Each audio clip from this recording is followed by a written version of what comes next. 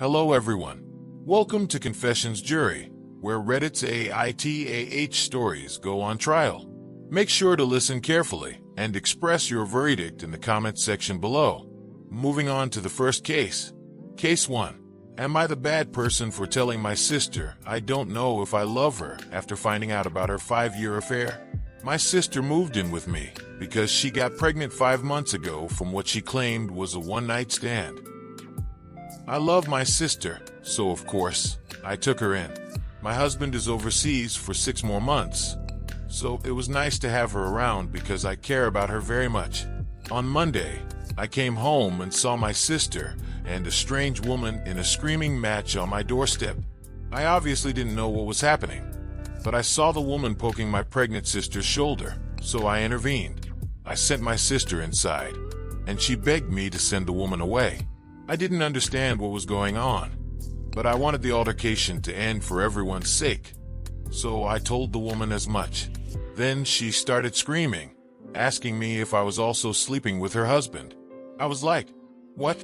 And then she basically revealed that my sister had been having an affair with her husband for 5 years. 5 years.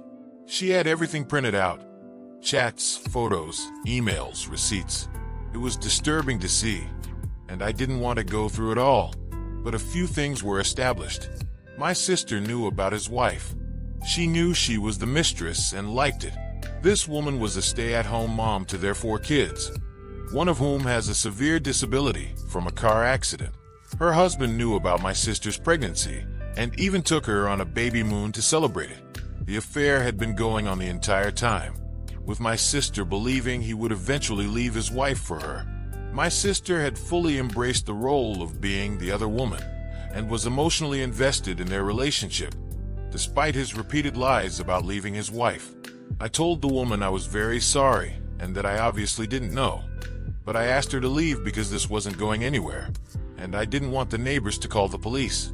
She was furious, but gave me her number on a post-it, begging me not to let her husband stay at my house. I assured her that no man was stepping foot in my home.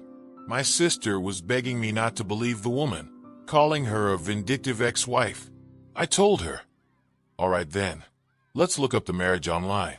Let's see if a motion for dissolution of marriage was ever submitted. We fought hard. My sister kept saying I would never understand and that they loved each other, but he just couldn't leave his wife. Blah, blah, blah. I called her dumb and naive. The next day, I told her she could stay here because I didn't want her to become a financial burden on that woman in any way. But I also told her that, right now, I didn't want to engage with her. My sister asked me if I still loved her, and I told her honestly, right now, I can't say I do. I will always help my nephew and not endanger you. But I can't like you because you've shown me you're not a trustworthy person. I told her I didn't trust her not to try anything with my husband, and I didn't trust her with anything at all. So I made her sign a tenant's agreement. She's been begging me to forgive her, and I told her there's nothing to forgive. I just don't know who she is anymore. What do you think about this one? Lay down the hammer in the comments section, and let's move on to the second case. Case 2. Am I the bad person for refusing to get my daughter with severe social anxiety a service dog and forcing her to get a part-time job after what she did? My daughter suffers from severe social anxiety. It is incredibly crippling and has prevented her from many extracurriculars and even her education over the years. I left my job 5 years ago to start homeschooling her and have since put her in therapy. The therapist and I have been working on getting her into school more and more for the past 1.5 years. This is all to say, I am not trying to shame my daughter for her social anxiety at all. It is a debilitating thing to live with, and I can see that firsthand. Last month, the therapist recommended getting a service dog for my daughter in order to be able to help her navigate public settings better.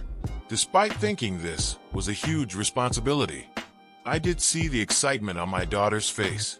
She really wanted a dog and seemed determined to continue her progress with the help of an animal. I was initially on board with this and started the necessary research required.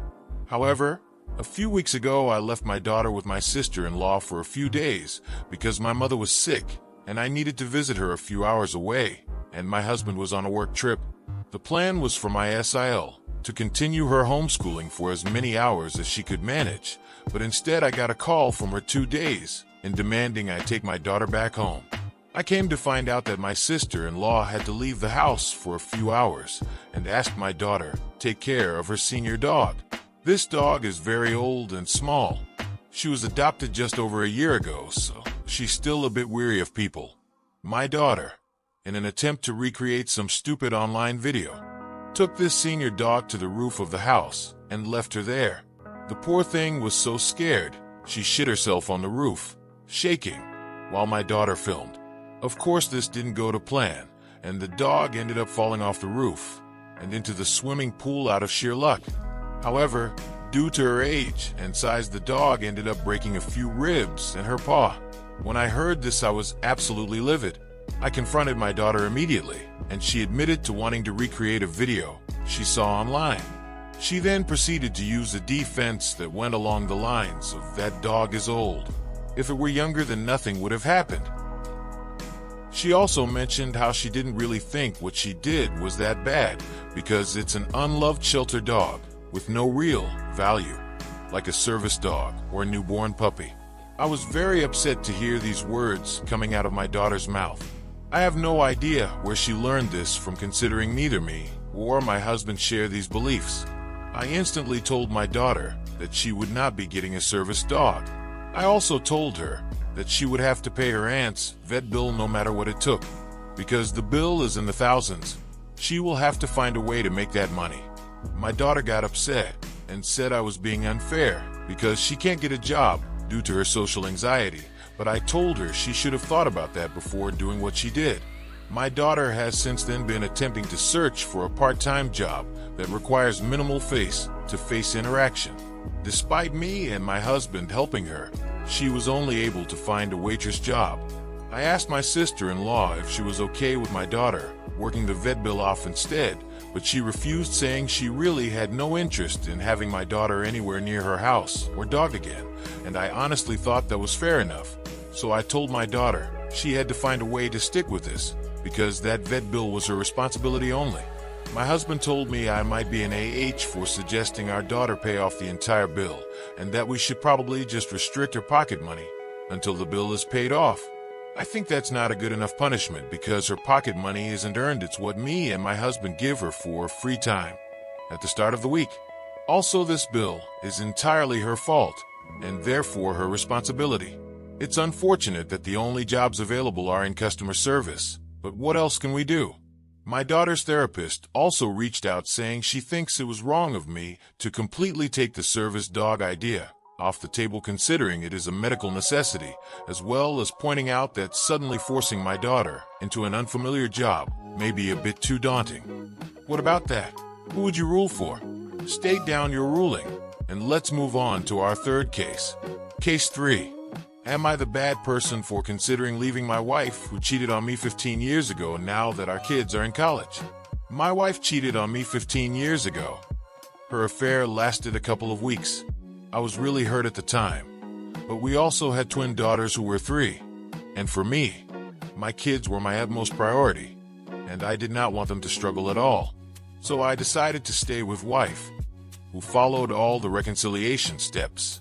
It took me a couple of years to regain my love for my wife after she spent a lot of effort to better herself and our relationship. However, I had never forgotten the affair, and my wife cheating on me was always on the back of my mind. It's been 15 years now, and our marriage is not without its ups and downs. But we've also gone on vacations, do date nights often, and our relationship is still pretty romantic.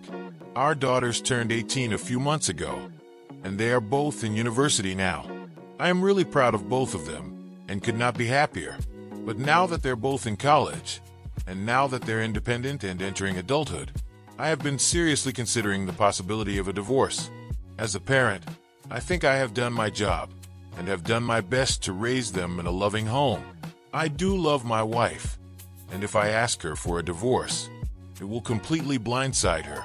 But I still haven't forgotten my wife cheating on me 15 years ago, and it will always be on the back of my mind as long as we're married. Would be I the AH for considering divorce? What do you think the fair ruling should be? You hold the power of judgment. State your ruling in the comments section below. Thank you for watching. We hope you enjoyed this video. In life, we may run, but we can never hide from true justice. Stay safe, everyone.